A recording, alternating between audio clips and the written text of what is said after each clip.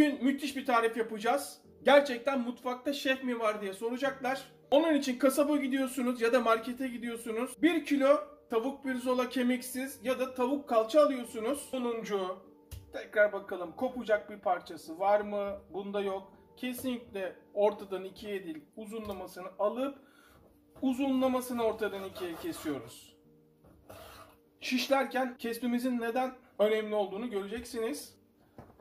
Tavukları şöyle, tahtamızı da değiştirelim. Müthiş. Soğanları isterseniz şu şekil ince o, halka halka kalınlığını göstereceğim. Ellere dikkat. Bakın bu kalınlıkta. Ya Koray, kalınlığına kadar önemli mi? Önemli arkadaşlar. Gerçekten önemli. Halka halka böyle çıkartıyorsunuz. Normal soğan hem de kırmızı soğan kullanıyorum daha lezzetli olması için. Ya da böyle ortadan ikiye kesiyorsunuz. Ortadan ikiye kestiğinizde bir daha ikiye ve tekrar ikiye. Daha sonra tek tek ayıralım.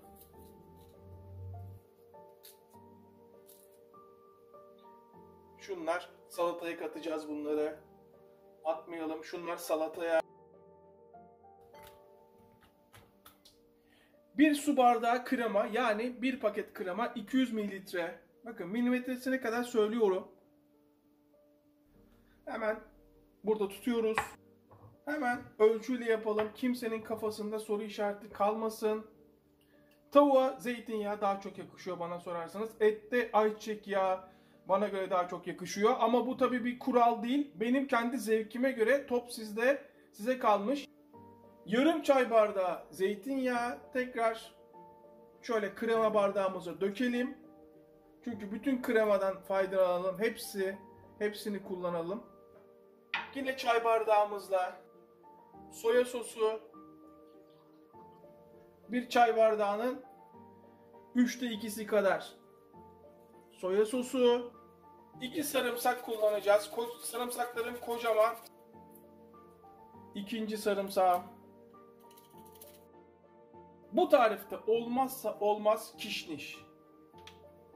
Kişniş. Ya Koray, bende kişniş yok. Arkadaşlar artık bunları evde bulundurmamız lazım. Topu 10 lira. Tamam, hepsini bir anda aldığınız zaman bir rakam tutuyor, kabul ediyorum. Ama en azından markete gittiğinizde her seferinde bir tane alırsanız sıkıntı yaşamazsınız. Hemen yarım çay kaşığı kadar kişniş. Ya Koray, kişniş yok, ne yapacağız? Mecbur yapacaksınız ama artık şunları alın. 1 çay kaşığı karabiber, ister toz ister çekerek. Koray, soğan kullandık.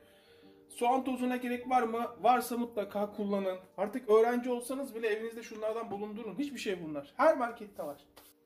1 çay kaşığı kırmızı toz biber. 1 çay kaşığının yarısı kadar kimyon. Aklınızda bulunsun. Tuz kullanmıyoruz. Çünkü bayağı bir soya sosu kullandık. Kendi damak lezzetinize göre verdiğim tariflerin üstüne ekleme yapabilirsiniz. Ben oltayı veriyorum. Yemi veriyorum. Balık tutmak bundan sonra sizde. Altın kural.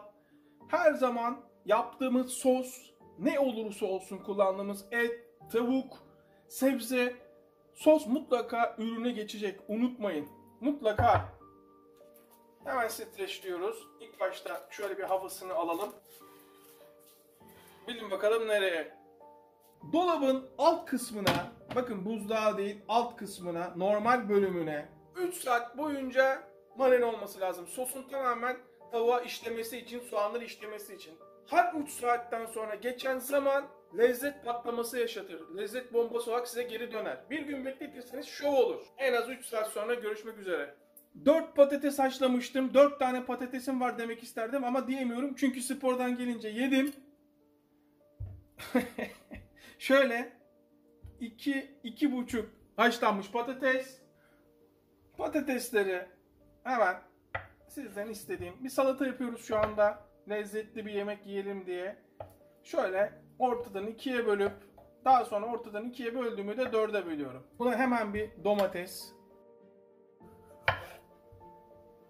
Ben kabuğuyla kullanıyorum. İsteyen kabuğuyla kullanmayabilir. Soğanlardan kalan cücükler vardı, hatırlayanlar. Atmamıştık. Zaten en lezzetlileri. Bu salatayı şov haline getireceğiz. Bu soğanları atalım. Salatamızın tuzunu şimdiden atalım. Limonunu şimdiden sıkalım. Şu yarım limon. Şu da diğer yarısı. Evet, çekirdekler burada. Hiçbir sorun yok. Baharatlarını şimdi atmıyorum. Yağını filan da şimdi atmıyorum. Kapat kapağını.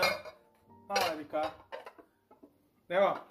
Tam bir gün oldu. Ben bir gün beklettim. Daha önce söylediğim gibi 3 saat bekleten için de yeterli olur ama 3 saatten sonra ne kadar çok bekletirseniz o kadar lezzetli olur demiştim hatırlarsanız. O yüzden ben bir gün beklettim. Hemen yavaş yavaş tarifin sonuna doğru geliyoruz. Kullanacağınız kavanoza göre, bakın ben böyle bir kavanoz kullanıyorum. Litrelik kavanoz.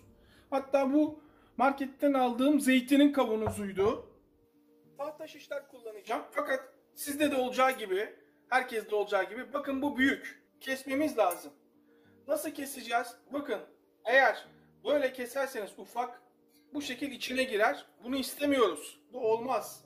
Boyutunu tam kavanozun bittiği yerden ayarlamalısınız. Ve öyle kestiğiniz zaman doğru bir işlem yapmış olursunuz. Bunu nasıl keseceğim Koray diye düşünenler için bir tanesini böyle hiza alacaksınız. Bazıları değil, Koray her şeyi gösteriyorsun ama vallahi soranlar var. Bu şekil aynen böyle kıracaksınız. Görüyorsunuz değil mi? İşte bu. Bu kadar. Çöp şişlerimizi içine atıyoruz ve ıslatıyoruz. Harika. Soğanı ikiye kesiyorum ve daha sonra ne çok ince ne çok kalın.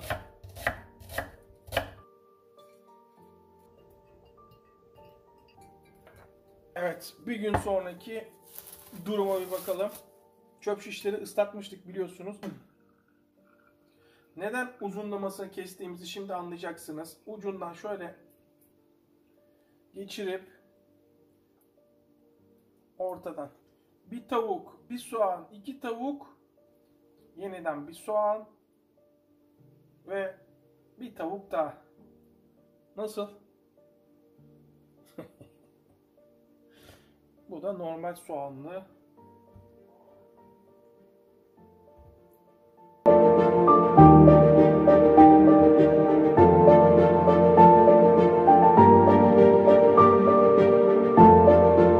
Şimdi neden kavanozda yaptığımızı göreceksiniz. Kavanozda yapmamızın nedeni normalde fırında da yapılır. Fırın kavanozun görevini görür ama bize alan daraltmak gerekiyor. Pürmüzle bunu daha rahat yapabilirsiniz ama tabii ki bizim kanal yoklukların kanalı. Pürmüzümüz yok. Koray ne kullanıyorsun? Meşe mi kullanıyorsun? Veyahut da başka bir şey mi kullanıyorsunuz? Yok mu elinizde? Hiç önemli değil. Kullandığınız çubukları yakın. Evet. Böyle yarısının yanması yeterli benim için. Tamam, devam edelim. Şöyle bir söndürdükten sonra tam dumanı çıkarken içeri bırakıyoruz.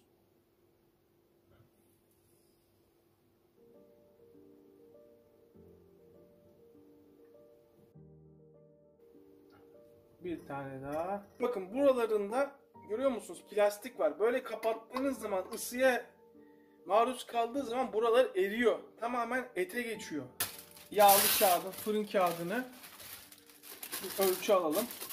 Şöyle bir alüminyum folyo ile kullandığımız tahtayı is vermesi için alanı daraltmak gerekiyor. O yüzden de kavanozun içine koyduk. Eğer ki ben is vermemiz gerekmeseydi bunu ben normal fırın tepsisinde yapardım. Yine üstünü yağlı kağıt ve folyo kağıtla alüminyum folyo ile kapatırdım. Aynı görevi görürdü. Anlatmak istediğim bu. Fırına 180 derece alt üst fanlı 45 dakika.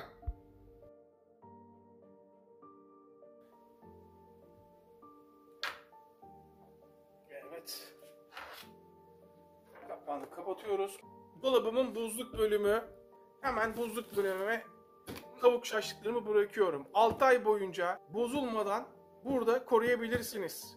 6 ay sonra çıkardınız ya da 6 aydan önce çıkardınız. Çözdürdükten sonra ister teflon tavada, ister döküm tavada, ister ızgarada ilk günkü gibi yiyebilirsiniz. Biz bu arada salatamızı bitirelim. Limonunu koymuştuk, tuzunu koymuştuk daha önce biliyorsunuz. Hemen şöyle fırına kavanozun yanında attığım biberleri közledim. Yeşil bir şey koymayacağız mı zannettiniz? Zeytinyağı, sumak, isot, karıştır. Evet, hala pişiyor. Şöyle beraber açalım. Kafalarda soru işareti kalmasın. Görüyorsunuz değil mi? Nar gibi pişmiş, görüyor musunuz? Oo.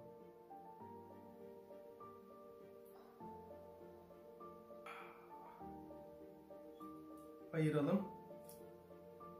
Çok iyi.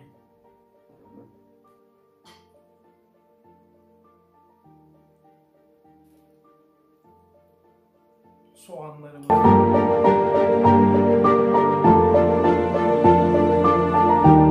Şu hoşuma gitti. Yalnız tavuğa bak. Dağılıyor, görüyor musunuz? 40 dakikada. Tavuk zaten canı ne ki bunun? Her zamanki gibi ilk lokma size ait. Açın ağzınızı.